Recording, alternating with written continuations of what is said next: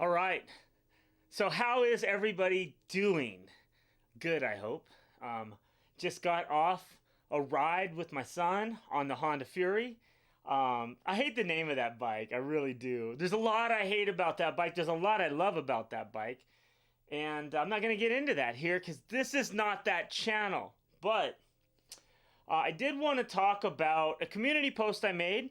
And I wanted to share everybody the comments that I got. Let's see, where am I looking at it? So, my question on my community post was, what was your first purchased music album, cassette, 8 track, or disc, whatever, depending on how old you are? For me, we had 8 track in the car, but we were rocking cassette decks, right? We all had cassette tapes. So, my first cassette purchased music. So I don't remember exactly how old I was, but it was 1983 or 84, I believe. I think it was 83. So I would have been 13. My brother would have been 11.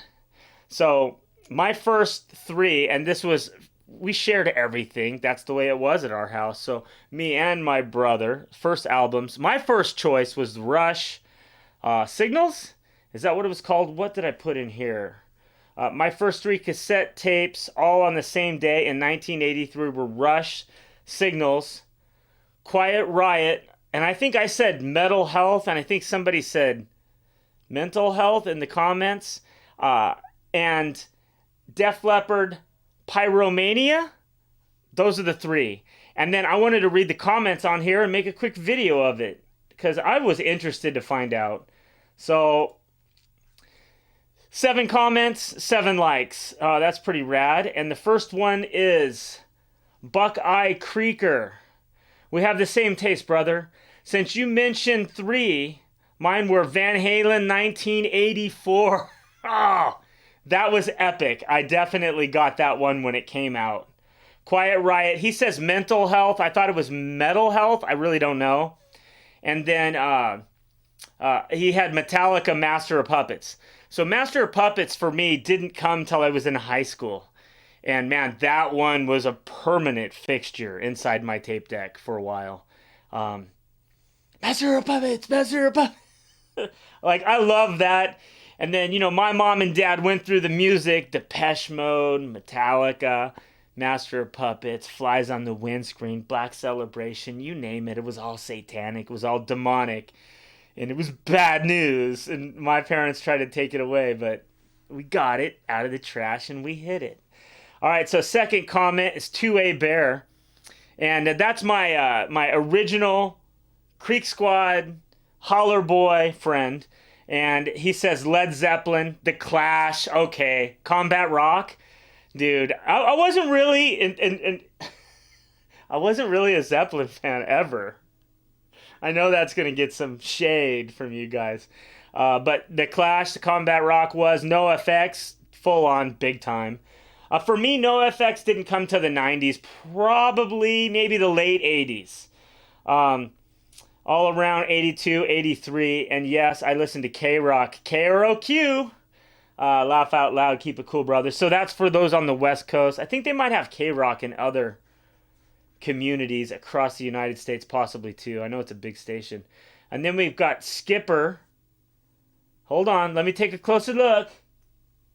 Skipper 8790 2 days ago said, my first record was UTFO.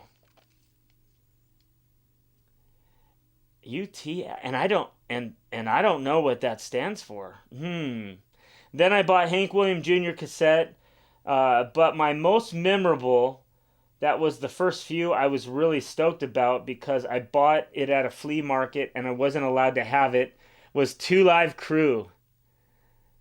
Nasty as They Wanna Be. My mom would have beat me if she'd have known that I had that. I'd sneak out to my dad's shop and listen to it, and mom didn't hear it, laugh out loud. That's hilarious. I wasn't too up on any of those at that time. I know my dad listened to Hank Williams Jr. and all that stuff. UTFO, like, I can't even tell you what that means. Two Live Crew, definitely. I definitely heard it, but you know, it would have been hard at my parents'. My parents' scenario wouldn't have been cool with that either. So I can relate. Let's hit some love and some like, some thumbs up on these comments. And then let's see. My first cassette that I paid for myself was AC/DC, High Voltage. Then came a lot more AC/DC tapes, then CDs. Laugh out loud. AC/DC, Back in Black. Back in Black. I whisper it. AC/DC, I'm still a huge fan of. I listen to AC/DC maybe 3 times a week. So I dig the fuck out of that. Let's see. Okay, we have Chad 1034 a day ago. Cassette tape, Master of Puppets, Metallica.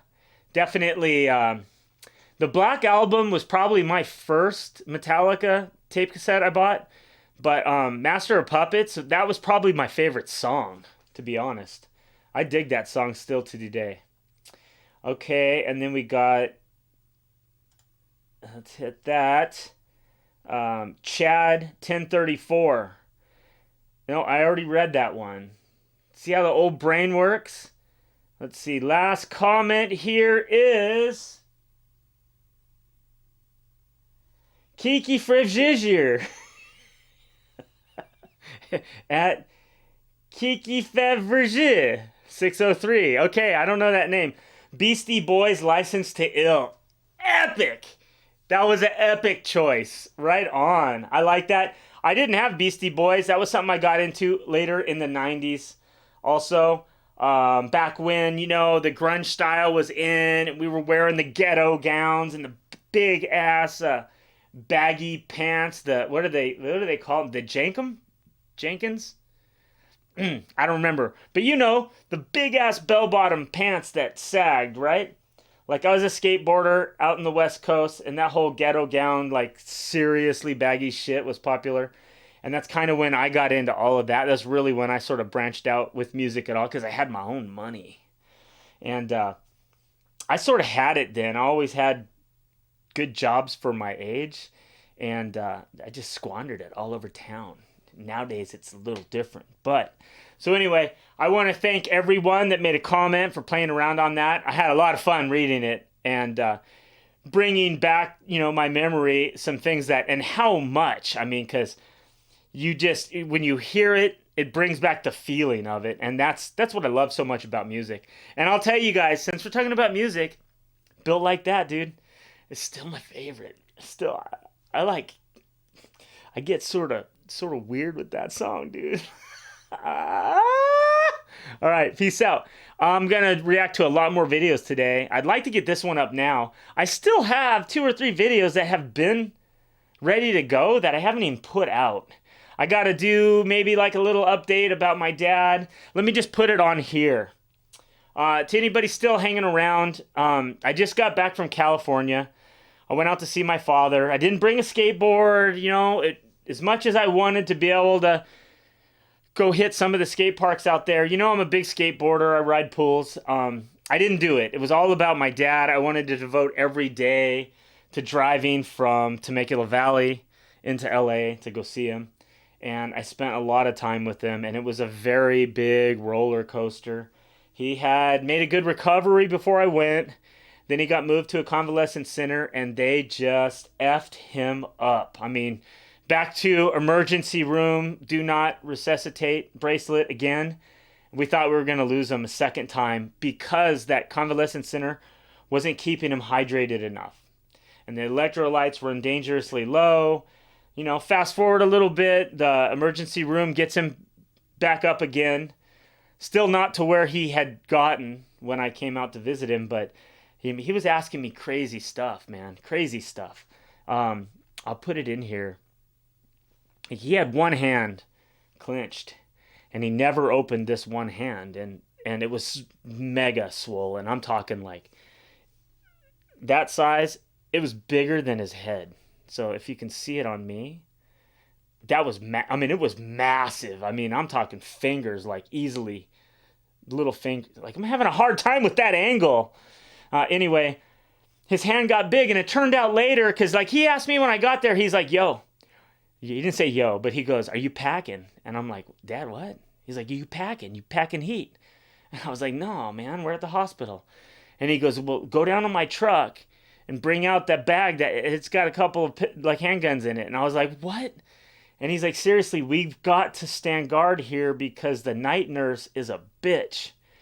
And he'd said little things like that before, but this time he elaborated on it. He said that her name was, dude, my mom's legal name. What? So, okay, you know, that's tripping hard. And they said that, the doctor said that his hand was probably big because he wasn't moving it. There was no activity in it. When it came out like 3 days later, he says he doesn't want to move this hand because he's got the skeleton's hair in his hand and he's pushing it down, holding it down on the ground. Well, he's pushing it down on his bed, like right next to his thigh, and we could not get him to move that hand.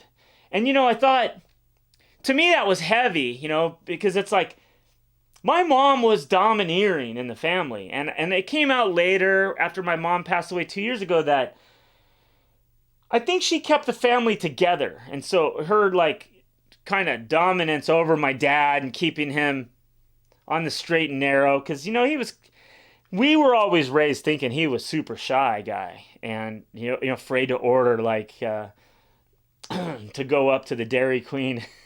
I remember a funny story when my dad was afraid to order. My mom didn't want to go up, and my dad when she finally goes, go up and order the sundaes or whatever. No, we're little kids, so this is like in the 70s, late 70s, at a pull-up Dairy Queen. You just walk up to the little window, right across from a feed store in Santee, out in San Diego, California. But anyway, he yells to the car, which my mom's trying to go low key, and he yells to our F-150, or no, Ford Lariat truck, you know, the standard cab. We got the family of four sitting on the bench seat. Patty, you want nuts on that? Mom's mortified, right? Saying like, this is why we don't let him do anything. And she really didn't. So it's like when he says he's holding the skeleton down, if anyone hung in on the afterlife and didn't go forward out of choice, it would probably be my mom. So yeah, it's a weird feeling there, and I don't even know if I should talk about this, but I don't really care. I don't know that my dad would care. But yeah, it's kind of weird. You know, and I know when you get a virus and, you know, you run a fever, you see weird shit. You know, when I had the CV thing that happened around 2020, man, I certainly saw, I had demonic, for 21 days, dude, fever. I had Jezebel. It's like a scary Elvira, like beat up face, like blood and bruise of blood coming down the mouth, but still like kind of sexy. She fucking with me, yo. She's trying to get me like into her. And I got a fever. I'm shivering, you know, like fall asleep and then get up so wet. I got to change a sheet on the bed because I sweat so much. Like it was the wrong mood. You know, it didn't work, but I wasn't afraid because I've learned that I think my upbringing in Christianity was hellfire and brimstone, man. Dangling over the lake of fire if you make the wrong choices. It was Paul Washer, you know. Anybody who knows, I mean, shit, get you in tears. And I kind of liked it. I kind of liked that feeling. But then later on in life, I realized that building that paradigm of demons and devils and evil and torment, and that's not the right way to go. You know, you got to realize that. And you know, I didn't get a lot of that out of the Bible. I got a lot of that from the preacher. And so I don't agree with that anymore.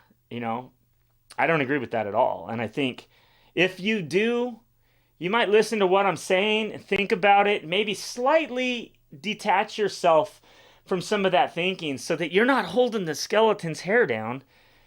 You know, if you trip, like I had a dream one night This was a vivid dream, and I've had plenty of vivid dreams. But I had a dream one night. My youngest son was just born. He's on the ground. He's 6 months, maybe. And I had this dream that I'm carrying him, and I'm walking through a terrain that looks like the terrain out here in Hill Country, Texas, like in Georgetown, like pasture land, oak trees. And this area has these like hot springs that are built up like these stone jacuzzis. And you look out over there and 100 yards out there, there's a jacuzzi, and there were these like, I don't know if they were like Buddhist toga wearing dudes, Hare Krishna dudes. They were the orange ones. They were orange and white. And anyway, they're sitting in these hot tub, these like natural hot springs. And there's some over there and some over there. And I walked up to one, and I got my youngest 6-month-old baby, and I walked up and I'm like, hey, what's up, guys? And what's going on? And they're like, they all smiled and they nodded. And then all of a sudden, I can see all of them facing me, looking past me over my shoulder. And they all get a concerned look on their face, and they look at each other like, we better go. And they don't really say anything to me. And I'm holding my baby, and I look back and I see this other dude, full Terminator run, right? He's shaved head, and I think he's wearing like toga pants, like that, maybe like sumo wrestler pants. Just big, solid, corn-fed white boy looking dude, running full steam. And these guys are making haste now. They're like not wasting any time, trying to get their flip-flops on. I think one of the guys ended up taking off without his flip-flops. And I was like, oh shit. And the first thing that came over me is I got my baby with me. And I go, I better run. And then I'm like, I got my baby with me. So I start scooting off, and I'm wearing shoes. So I'm making good time on these guys. I'm not going to be the slow one, right? But then the voice in my head, which was me talking to myself, said, don't run. Don't run. You have nothing to fear, right? And I have my baby. And so I stopped. Because, like if you see a wasp and you think he's chasing you and you run and you got that Terminator running, like that meme with that little girl, like chasing, with that dog chasing her. I love that picture, by the way. But anyway, I stop running. I turn and I face this like sumo looking dude. And I mean, he's not like fat sumo, he's like scary dude, like Brock Lesnar with no tattoos. Anyway, he runs right up to me, gets in my face, and he stops and he goes, are you not going to run? And I go, no, I have nothing to fear. And he goes, well, if you're not going to run, I'm not going to chase you. And I was like, good. And he took off after those little guys. And since then, like, I felt like that was a dream given to me from the Most High about how to feel and how to live in my own life. And it's like sometimes when something happens like that to you, you just know it beyond any other thing. Like I know, like for me, my needs are always going to be met. Even though sometimes it might seem borderline or sketchy, God always comes through, and I just know that. And so anyway, I wanted to share that message and share that story about my dad so that, hey, maybe there's some people here that can think about it too. And I just realized if you're looking at if you're looking at my screen inside the search, this is scary. This is funny because I opened up this browser and it says in the search box, somebody would see this and laugh, and it says midriff shirt style of the 1980s. Now that's weird. To say. Let's just go see what pulls up if I search that. And then I'm going to tell you why that's there. Do I hit search? Can I hit enter? Will it go? All right, so I don't really know why that goes, but let me show you. I put this video. I don't know how to use my computer. Let's see. I go there. All right, so there's the picture. In case you were going to think something weird about that being in the search box, there's the picture. I know 2A Bear, you already commented, yo, dude, that picture looks pretty gay.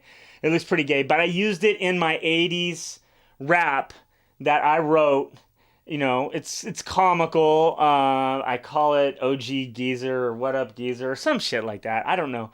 I uploaded that on this channel, and I'm gonna share that after this video, so you can see that. And that's the reason that's up there. Now I know, look, my computer has got no HIV on it. It's got no HIV, no HIV. I don't look at any of that whatever on my computer. So I don't know. Just go look. Just go look at the video if you want to see it.